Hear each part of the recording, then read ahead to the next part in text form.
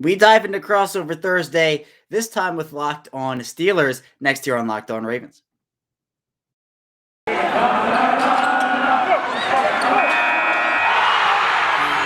You are Locked On Ravens, your daily Baltimore Ravens podcast, part of the Locked On Podcast Network, your team every day.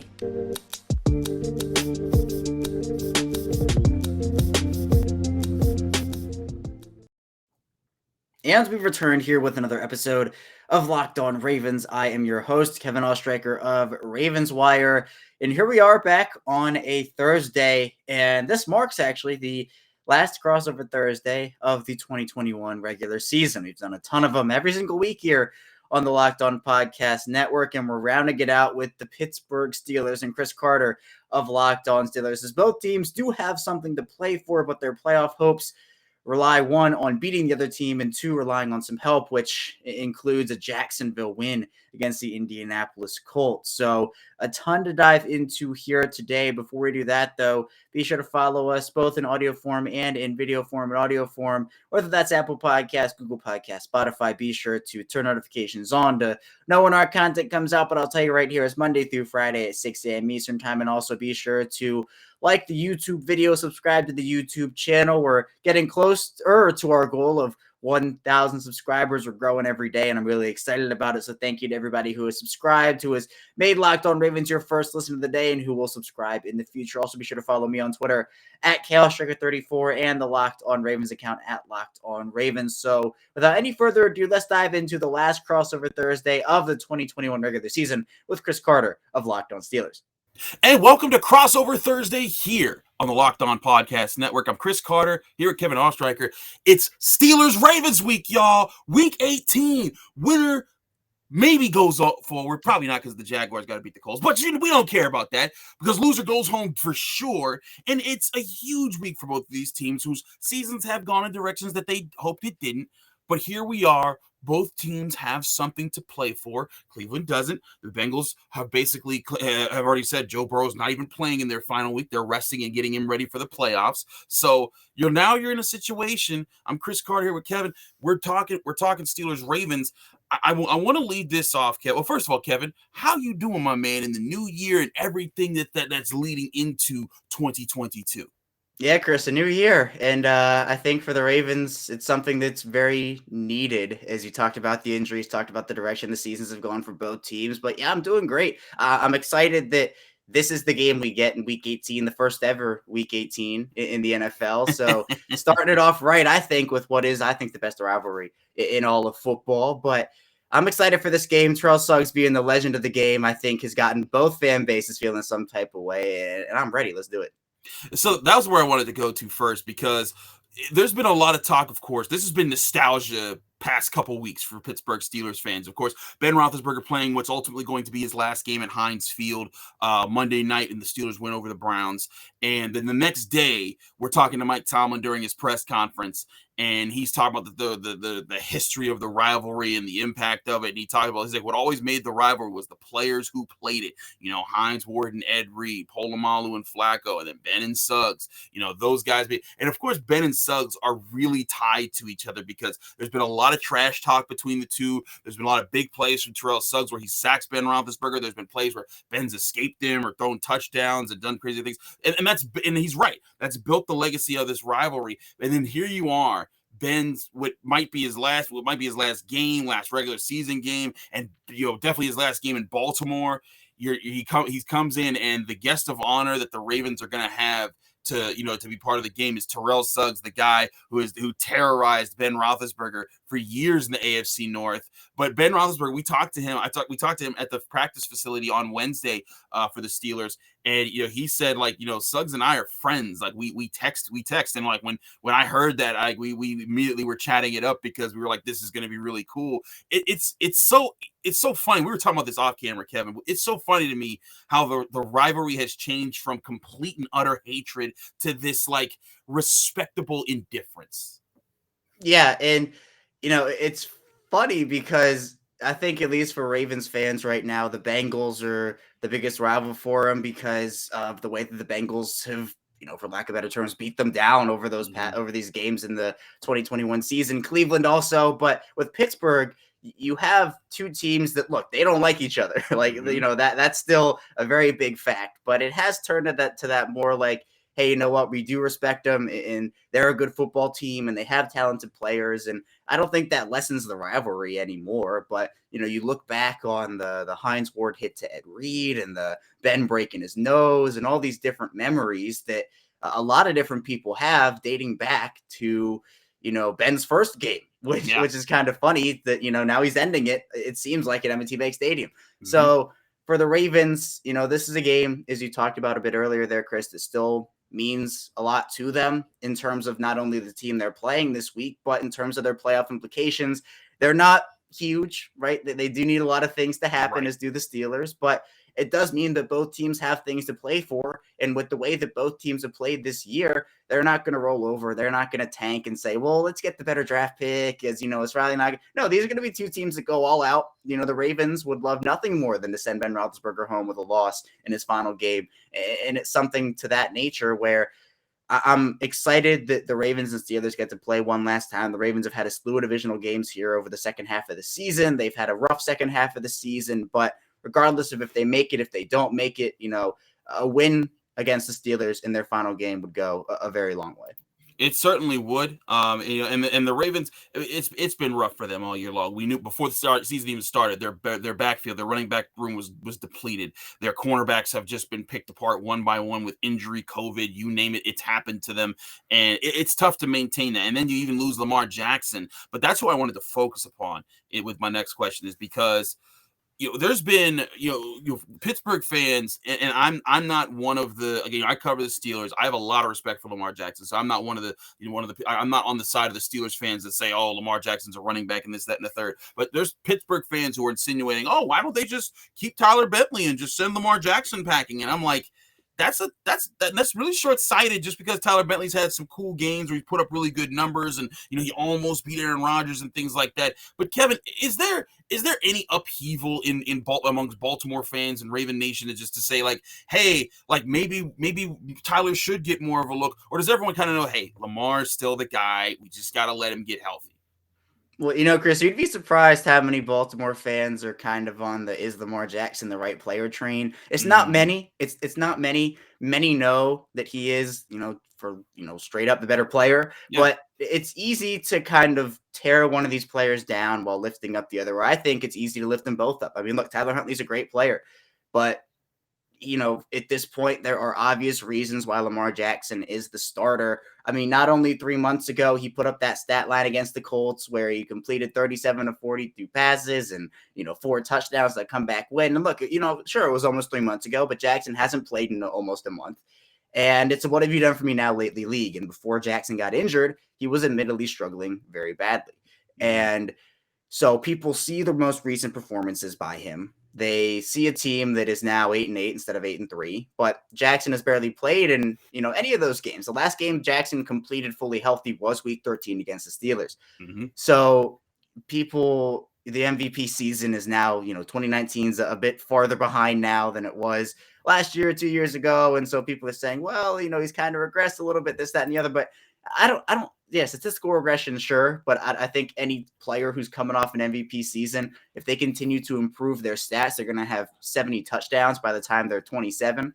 So for Jackson and for Huntley, the Ravens have to feel good about their quarterback situation, knowing that they have a star in Lamar Jackson and somebody who has proven in Tyler Huntley that he can come in and win football games. And at least if he can't win them, put them in situations to win them just a play or two out, which is, I think, coming off of the RG3 days, where no disrespect to RG3, but he just was not the player he once was in Baltimore. I now feel a lot more confident in their quarterback situation, knowing that Tyler Huntley is the player he is, but Lamar Jackson is by far and away the starter on this team, and for good reason. No, yeah, I agree. He should be the starter. Now, I have a quick defensive question before we throw it to our first break. The Ravens have the number 1 rushing defense in the NFL right now, 84.8 yards per game allowed, really strong. What has built that in spite of the other problems on the defense, because the cornerback room has been depleted, and again, it isn't that it's just that people aren't running the ball. The Ravens are also number 3 in yards per carry allowed right now. So it's not that people aren't just aren't running the ball against them. It is that this run defense has been stout, and the pass defense has kind of held it together as best as it could. Who are the players that are doing that the most to try to keep this defense from falling apart? Yeah, the run defense has been great this season, and I think part of it, is definitely the talent they have. Brandon Williams has had a resurgence in the second half of the season. He had kind of struggled a bit earlier in the first half, actually missed some time with an injury, and maybe that injury was really affecting him because he's looked like a different player in the second half of the season. Calais Campbell's still playing very high-level football. There are questions about those two and their futures in the NFL, whether they'll retire after the season or not, but those two have been the main guys to really hold down this run defense. Justin Madubuike, who is a young defensive tackle out of Texas A&M, his second season is, the stats aren't there, but the impact is. And I think you see that every week with him in both the run and pass defense. But it's been amazing because they haven't had Derek Wolfe for the entire season. And Wolfe was arguably their best run defender last season. And he's been out with back issues and other issues, which have left them with kind of a hole, but they've had Justin Ellis, who's a big nose tackle, step up and help out. Broderick Washington, they've had a nice resurgence from Patrick Queen over the second half of the season. He's looked faster, flying to the football, tackling guys for loss, and Josh Bynes also. So their front seven has played really well. Justin Houston's been great. Adafe always been great. It's been a collective effort by their front seven, and also some of those defensive backs coming up and stopping the run. Marlon Humphrey's always a great player against the run. He's not there anymore, with his injury, but it's a group effort from them, and it's been impressive to see that, yes, with the pass defense struggling, especially with the injuries, the run defense has been able to hold its own. It certainly has, but anytime you get these two teams playing each other, throw out the record book, throw out whatever their stats are, it's going to come down to the wire. It's going to come down to a tough, hard-fought game, but when those hard-fought games, you have a chance to make money on BetOnline. Kevin, tell them what they can do there. Yeah, there's a lot, Chris. BetOnline, it's a new betting year at BetOnline, and BetOnline is continuing their march to the playoffs and beyond. BetOnline still remains the number one spot for all the best sports wagering action for 2022. It's a new year, and there's a new updated desktop and mobile website to sign up today and receive your 50% welcome bonus on your first deposit. Just use promo code LOCKEDON to get started, from football, basketball, hockey, boxing, and even UFC, right to your favorite Vegas casino games. Don't wait to take advantage of all the amazing offers available for 2022. BetOnline is the fastest and easiest way to wager on all your favorite sports. BetOnline, where the game starts. We are back here, our second segment of this Crossover Thursday, the last one of the regular season for both Locked On Steelers and Locked On Ravens. Kevin Oestreicher of Locked On Ravens, still here with Chris Carter of Locked On Steelers. And Chris, again, as I've said, I'm excited for this one. And part of it is because the Ravens have an opportunity to send out Ben Roethlisberger with a loss on the Ravens side. Now, obviously, on the Steelers side, people are wishing for a few different things than that. That's probably not on their wish list. But, Chris, I'm curious to hear just about the mood in Pittsburgh right now surrounding Ben Roethlisberger. There has been, a lot of love, a lot of hate for Roethlisberger as a player over the course of his career. But recently, it's been, he's a shell of himself. He can't throw the football down the field, this, that, and the other. But as his career seemingly comes to an end here in Week 18, whether the Steelers make the playoffs or his regular season career comes to an end, what's the mood in Pittsburgh right now? Is it more of, hey, greatly appreciative, or is it more, all right, get out, we're ready for a new quarterback to come in? Oh, it's definitely greatly appreciative. If you had seen the scene at Heinz Field for that Browns game, and a game where Ben attempted 46 passes and only had 123 yards through the air, I don't know if someone's ever done that and won a game before. I'm not a wizard on how to pick up stats like that. It might be something that I try to do in the offseason to see if I figure that out. But that's it. It's everyone's kind of even the people that are super diehard Ben fans. Like whenever Ben makes a mistake and I point it out on my Twitter account, I get accosted like, "Oh, Chris, you're stupid. You're seeing it. You're not talking about this guy." Or talking he threw it right to the other team there. That's on him. And at the same time, I'm not. You've known me. I have a lot of respect for Ben Roethlisberger, but there's certain people that don't want to let that part of it go. Even in this game, there were times where he would skip a wide open pass, and they're like, he's under pressure, and I'm like, there was no one in his face. It's just he's at that point of his career. But I think seeing that has kind of allowed even those fans to kind of be like, this is it. This has to be it. They can't bring him back next year. And if they did, it would be like on like a minimum contract because they need to rebuild so many other parts of the roster. They need to invest in the offensive line, the defensive line, get another linebacker to pair with Devin Bush, another cornerback to replace Joe Hayden. That's like, there's things they got to do, but in large part, the people there are some people out there that I guarantee you there are people that are like buy Ben and like they're happy, but those are like, that's like the small minority. The large majority is that like, hey, Ben, we salute you for 18 years of being a Pittsburgh Steeler, for being a 2-time Super Bowl champion, for being a 3-time AFC champion, for all the great clutch, even when they weren't winning Super Bowls, the great clutch plays like, Christmas Day hitting Antonio Brown at the goal line and him getting the extension.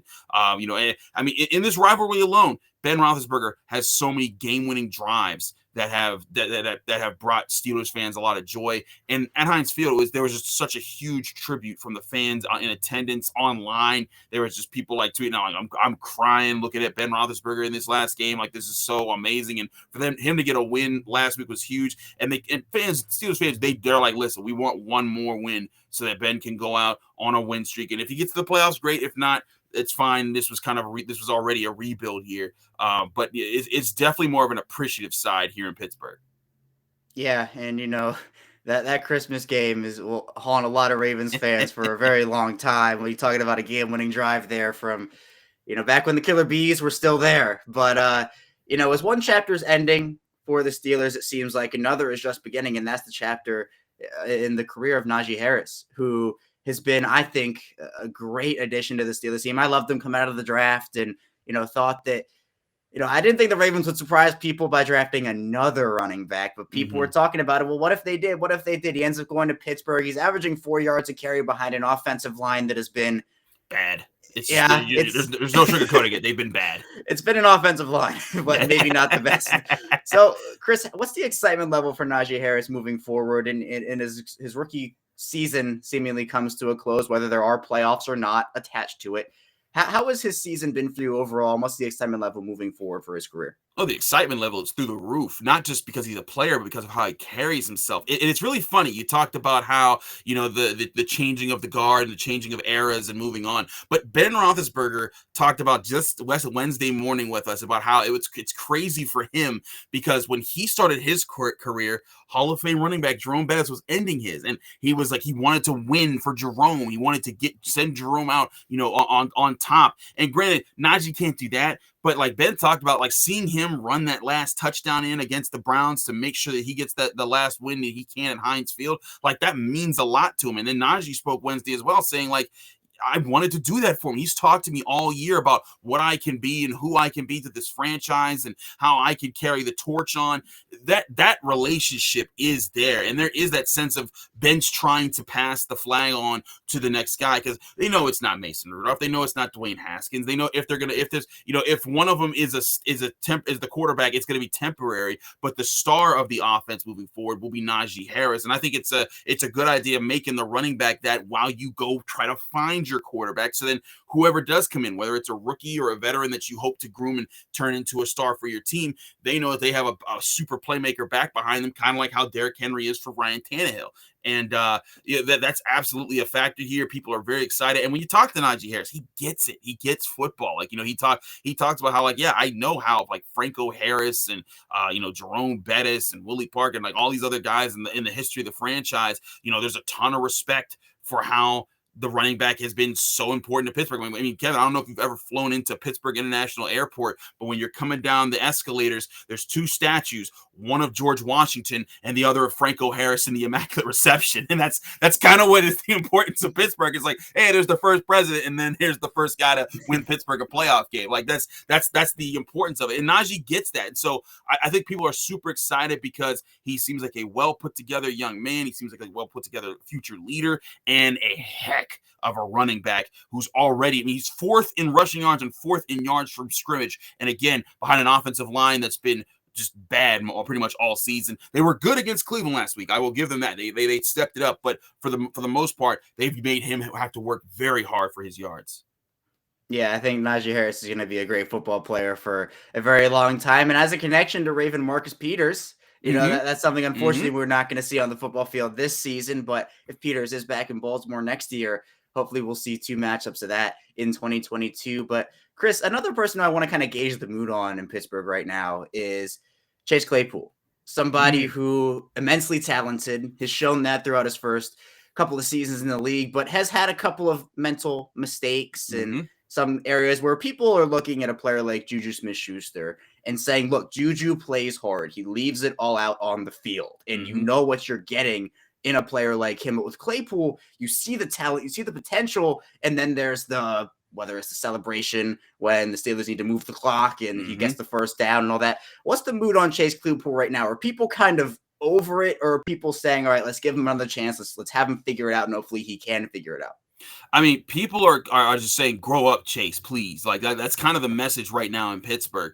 Even before him pointing for the first down when they needed to get to spike the ball against the Vikings on the last minute drive, even before that, when they got blown out by the Bengals, the next Monday we have our weekly Zoom with like a couple players, and he's one of the players there. And when we asked him as the reporting pool, and we asked him, Chase, what are some things that you guys could do at practice to kind of make things more lively, get you guys back in and kind of focused. He's like, we could play music during practice, and like it was like a record scratched, and we all looked at each other in the Zoom like, what? Did he just say that? And then Cam Hayward was on the radio, and like he was doing a different interview, and he's like, I had to pull the headphones out of my ear and throw them because I just couldn't understand. And I think that's the thing. Chase Claypool, he's young, he's very spirited, and he wants to be in the fun-loving thing. And like Juju, he's always been about fun. But you see Juju, he's not doing those dumb things on the field. Like the most that he did was dance before games.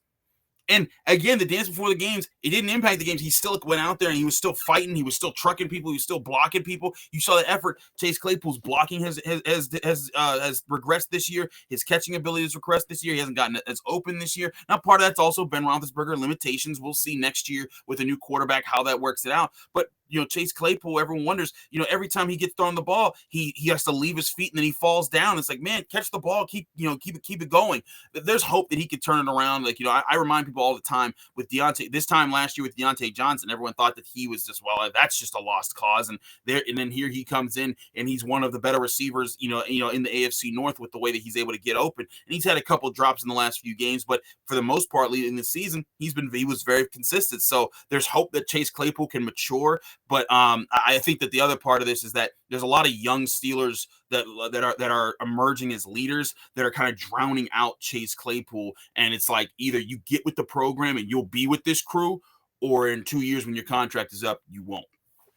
Right. I think there is still hope for Claypool. I mean, the talent level is clearly there, but yeah, some of the mistakes have been inexcusable. And yep, I'm sure that he and obviously the organization, they all know that. But Chris, a quick defensive question for you here. The Steelers defense hasn't been, I think, what they wanted to be this year, whether impacted by injuries or poor play execution, play calling and whatnot. But you have a team that, a lot of people had high expectations for this defense coming in. And in terms of yards per attempts, they are the worst team in the NFL, giving up 4.8 yards per carry, net yards per attempt passing. They've been in the middle, 6, that's 16th in the NFL. But what have been some of the things that have gone right and also gone wrong for this defense in 2021? No, I'll start with what's gone wrong is that, this team was going to bank itself on being a team that is able to win up front. Its defensive front, whether it's defensive linemen and its edge rushers, they were going to crush you, and you weren't going to get past them. It was going to allow Devin Bush and Joe Schobert to kind of just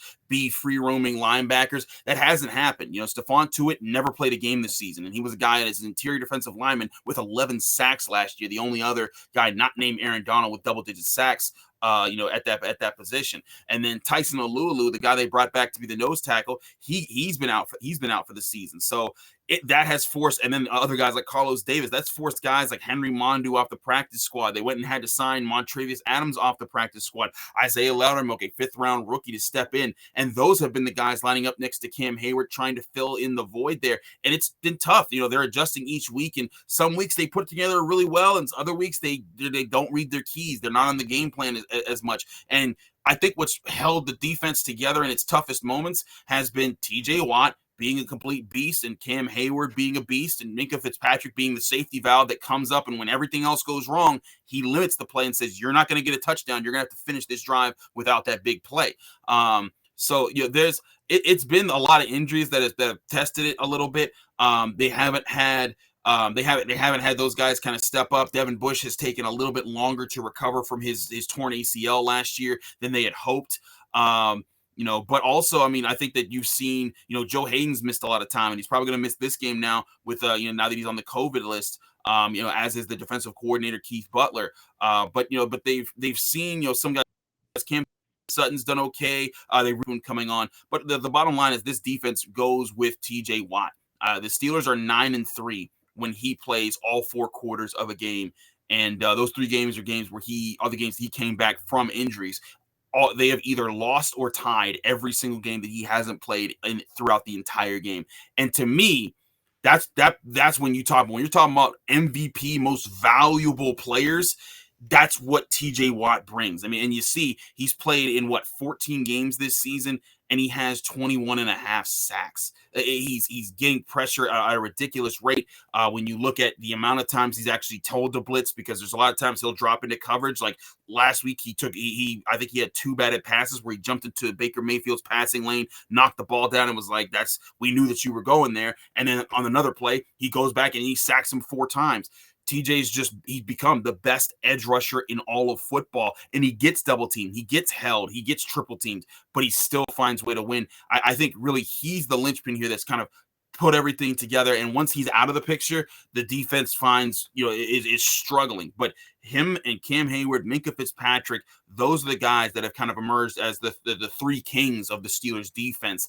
And I think the next year, the Steelers, they're going to reinvest in that defensive front. They're going to hope that Tuitt can get back healthy. They might keep Montravius Adams because he's been a good ad. They like Isaiah Loudermilk, but I think you're going to see them pay a little bit to get a better cornerback to replace Joe Hayden. I think you might see them either keep Terrell Edmonds or sign someone a little bit better there. I think you might see them go and sign another inside linebacker, Devin Bush, and that might put the defense back where it was just, even a year ago before they lost Bud Dupree and Devin Bush, and then the slew of defenders that got hurt in their final 4 games. Yeah, it's been kind of a ragtag team put it together on the defensive front for the Steelers this season. I know the Ravens have gone through that in the secondary, so it's just like what was expected coming into the season and what they kind of built their defense on. It just wasn't there for them. And it's something that both teams can kind of look at and say, well, at the end of the day, the Ravens and the Steelers have gone through their injury issues, but, they have still put together some positives on the defensive side of the ball. But we'll head into our final break. When we get back, we'll be talking about some AFC North talk as well. So some key matchups for this Week 18 matchup between the 2 teams. So stay tuned for that, and we'll be right back.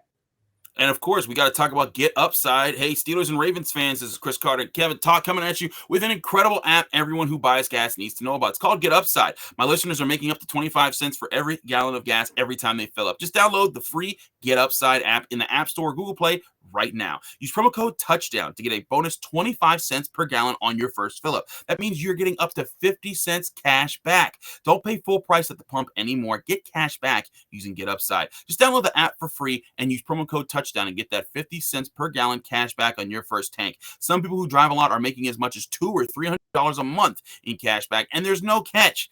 The cash back gets added right to your account. You can cash out anytime to your bank account, PayPal, or an e-gift card for Amazon and other brands. Just download the free Get Upside app and use promo code TOUCHDOWN to get 50 cents per gallon cash back on your first tank. Again, that's promo code TOUCHDOWN on the Get Upside app. Wrapping things up here on Crossover Thursday, it's Chris Carter, it's Kevin Oestreicher. We're talking Steelers-Ravens. Let's get to some matchups.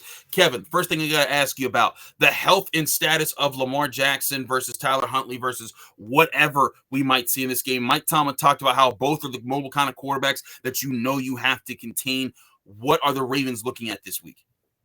Yeah, Chris, well, Lamar Jackson did not practice on Wednesday.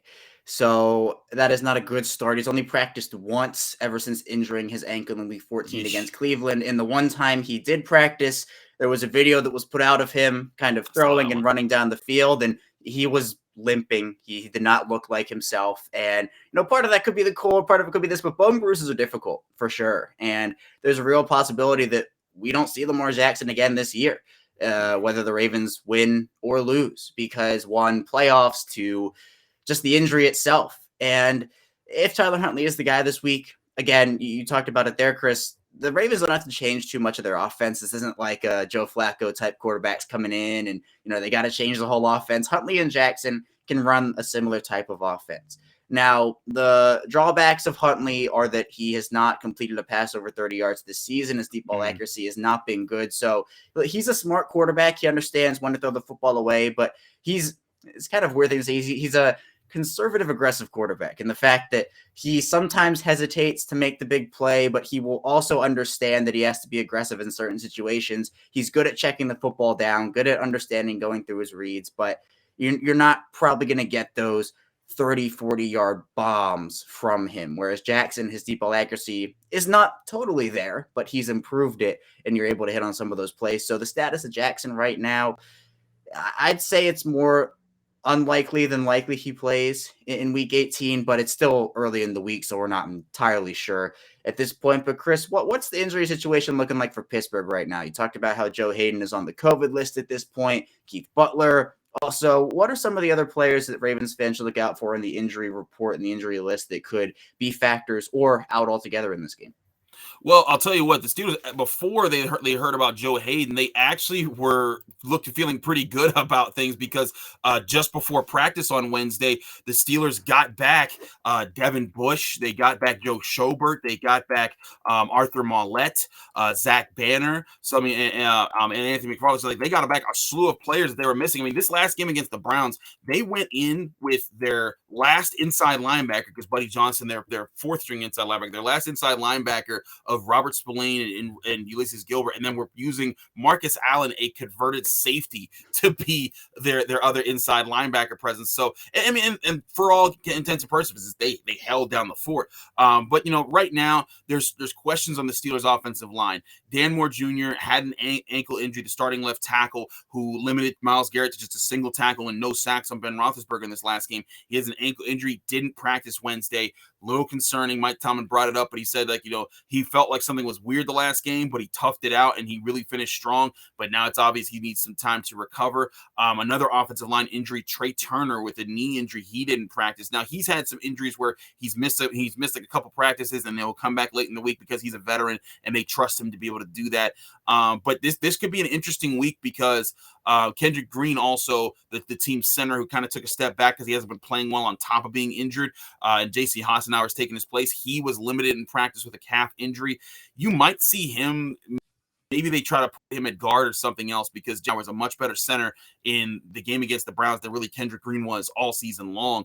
And that's just he's a converted guard in the first place from Illinois. So you might see some switching up there. But I mean, the Steelers guard situation is rough because John LeGlue is their current starting left guard. And he's the fifth guy they've called upon to play that position with all the injuries they've had. So those are the main ones. Buddy Johnson's a backup linebacker. He didn't practice, but he's a rookie. He's very much the back of the thing. Terrell Edmonds was limited with a groin. He'll most likely play in this game. And Ben Roethlisberger doing his normal Ben Roethlisberger. I barely practice on Wednesday. I'll keep as I can for the end of the week. So main thing here, Joe Hayden probably not playing because of COVID. The defensive coordinator Keith Butler is out, and keep your eye on those offensive linemen. See if the Steelers have to call even more reserves to that position.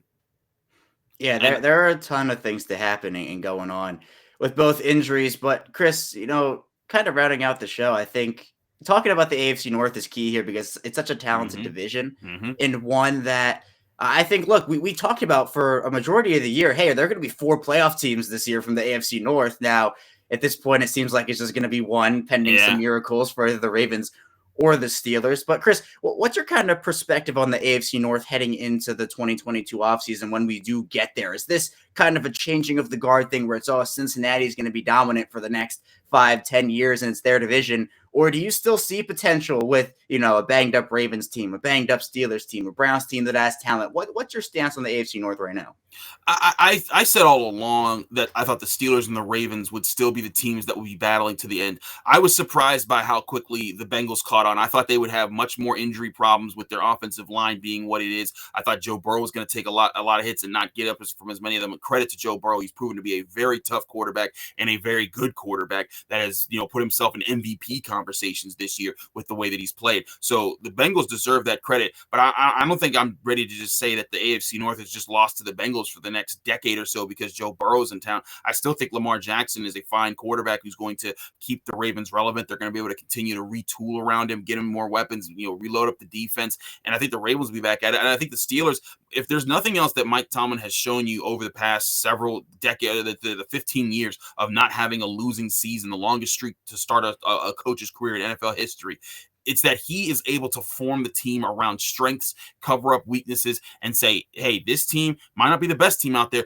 but they're going to give you a fight. And look at this year, Ben Roethlisberger. This is easily the worst year of his career, and they're sitting here at 8-7-1 with a chance to make the playoffs in the final week of the season. In the year where Ben Roethlisberger didn't even play because he was hurt just 2 years ago, it was funny. They were in Baltimore with an outside chance to kind of win with Devlin Hodges at quarterback and get some help to try to make the playoffs. So there's.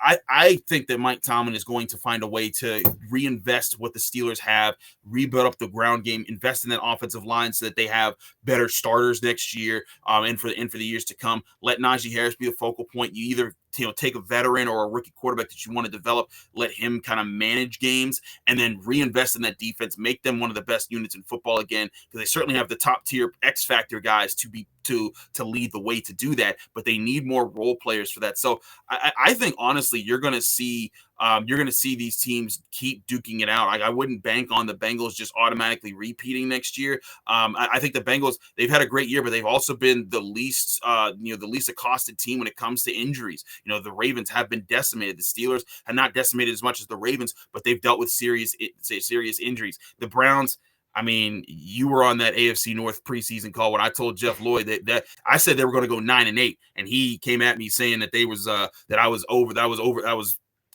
calling them to regress when there's no way they could, and I overstated them with the 9-8 prediction.